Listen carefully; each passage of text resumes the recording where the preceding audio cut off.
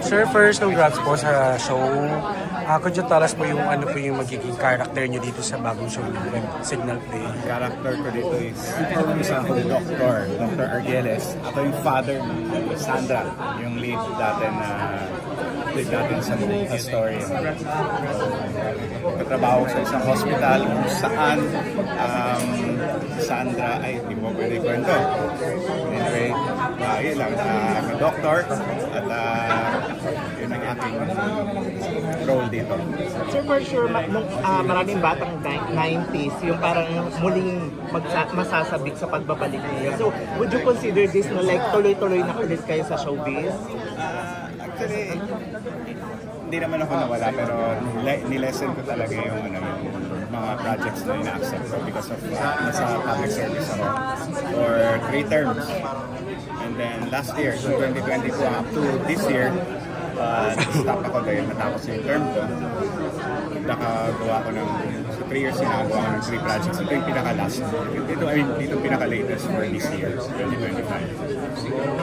Parang nung panahon ninyo, parang you were considered as matinee idol. Parang kayo yung Daniel Padilla, kumbaga noon. Parang gano'n. Ano yung mga nakita nyong changes na ngayon compare sa mga bagong generation? Oo. Napaka iba na yung technology ngayon. Pwede kang sumikat overnight. Kasi nung panahon natin, noong 90s, bago umabot yung news sa mga provinces, it takes time, like a week or 2. Kailangan mabasa mo na nila sa tabloid or kung saan. Ngayon, it's just a matter of hours or minutes, nakikita na kagad sa buong nagtitrending na. Nagtitrending na sa buong country. So, napakabilis sumikat yung tao ngayon. Siyempre, through that, marami silang mga projects. Very, very busy po yung mga actresses. Sir, paano po kayo napapayag to do this role po? When it was offered? Isang producer na nakatrabaho ko early last year. Sabi niya kung interesado ako sa role. First time ko itong vertical format na ito. So, hindi ko nga alam paano yung concept yung package ko. Pala, in-explain sa akin, ganito na yan. Pwede yung nilapad din sa mga cellphones, mga gadgets nila. And sabi ko, maganda yan. And 3 weeks na yung taping namin ito. It was a quick project. Napakaganda yung mga working hours namin. Mga location namin, hindi rin kalalagay.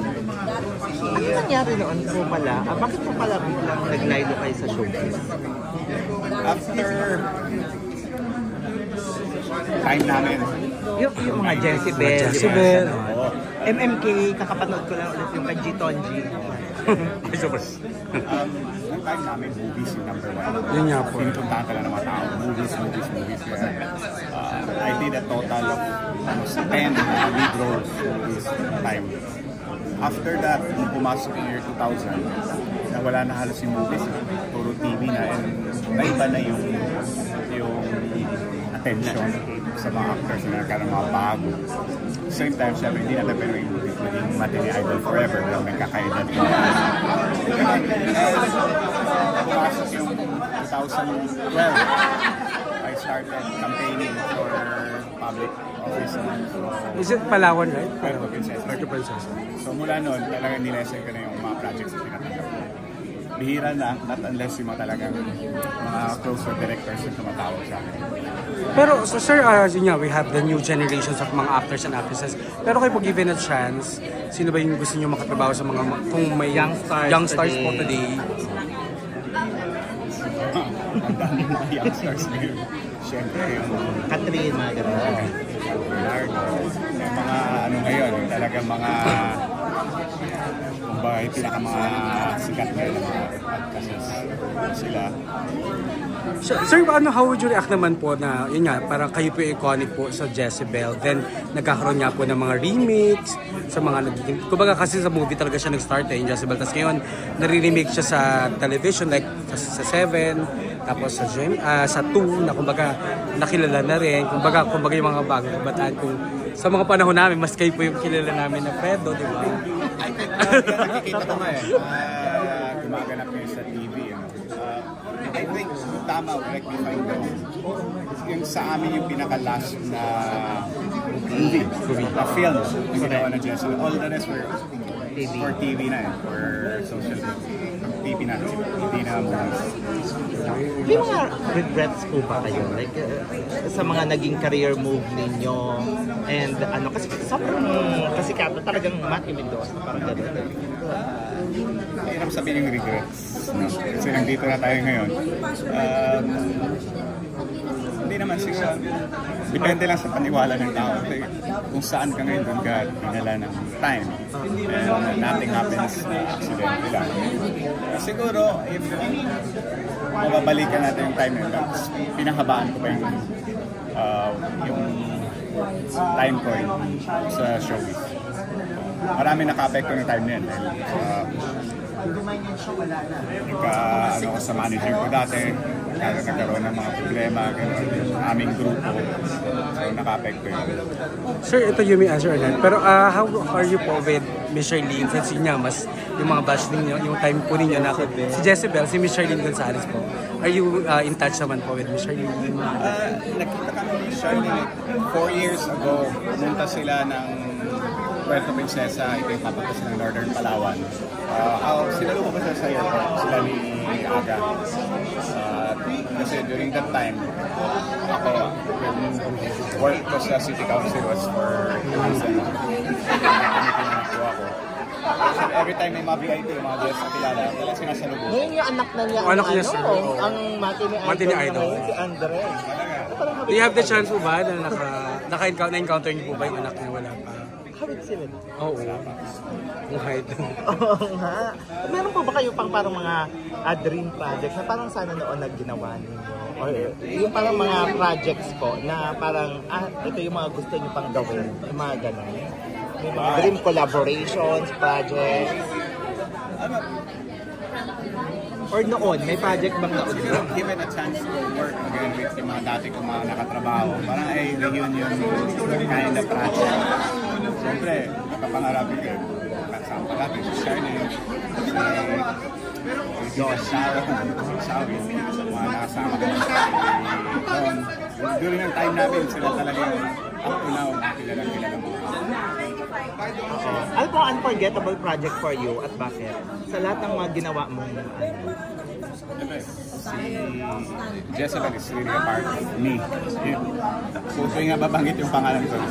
Redo talaga. Yung nasa bangka. Yung talaga sa bangka ka, suminom ka. So ano reaction mo? Pag marami hanggang ngayon, binubuhay pa rin, di ba? Yung mga 90s kabaklaan na, pinopost niya, di ba? Pinopost siya. Ano reaction mo pang hanggang Iconic scene talaga sir yung nasa bangka kayo. nasa bangka ka, di ba? Tapos parang hanggang ngayon, ikaw pa rin yung gusto ng mga tao. Pero nang ginawa mo ba yun? Parang isang movie history na tumatak na doon ako. Pero sir, magtutuloy-tuloy na since kayo nagbabalik na. So meron pa bukang mga naka-line up po na projects for Yes, Sir Matthew. open ako, pero talaga at may time. Because nasa public service so priority ko yun. Kung mabigyan nila yung schedule ng weekends, towards weekends, tapos na yung trabaho ko sa amin, sure. Yung ba bang ginagawa niyo ang Jezebel? Parang bago pa lang po ba kayo nun? Or parang naka-adjust na kayo sa showbiz? Or ano yung parang launching? Actually, Jezebel was 1995. April of 1995, ginawa ko yung Joseph commercial. June, tinast ako. And then that was it. Tuloy-tuloy na. First movie ko yung Jezebel. Ano yung parang sexy drama? Mga ganun yung parang... Nung time, nung panahon ng 90s, ganun talaga yung, ganun, naka-trunks. Ngayon kasi wala na hindi na uso, naka-boxers na, naka-board shorts na. Sana this time na lang yun. Charot. Kung magsiswimming kang naka-shorts, patuloy ka eh. Trunks talaga. Nung po bang ginagawa niyo yung Jezebel scene na yun, hindi pa siya parang nahihiya-hiya ba kayo? Paano, or totoong uminom talaga kayo? Sabi, ang daming tao. Maraming tao na. Parang na-culture siya ako. Sanay naman ako na naka-trunks. Streamer ako dati. Pero in front of the camera, parang naibahan ako. Pero towards the months na ginagawa namin, nawala na. Parang, hindi natural na yun. And then, yung mga ibang movies, ganun din. Last na lang kayo. Sir, pa-invite na lang po to watch yung bago niyo po. Bago niya. So, I-invite ko kung lahat. Panurin yung A Cure for Love. Sa Signal TV ko yan. Abangan nyo. Malapit na pong bus. Sana supportahan natin ang mga pelikula. Mga socials niyo po, you can invite them then. Meron po ba kayong like Mga social IG, mga... para i-follow nila kayo? Yes, pwede nyo follow sa ating FB page, Matthew K. Mendoza. Yan po yung aking, pwede nyo ba i-follow doon. IG sir, wala. Wala pa.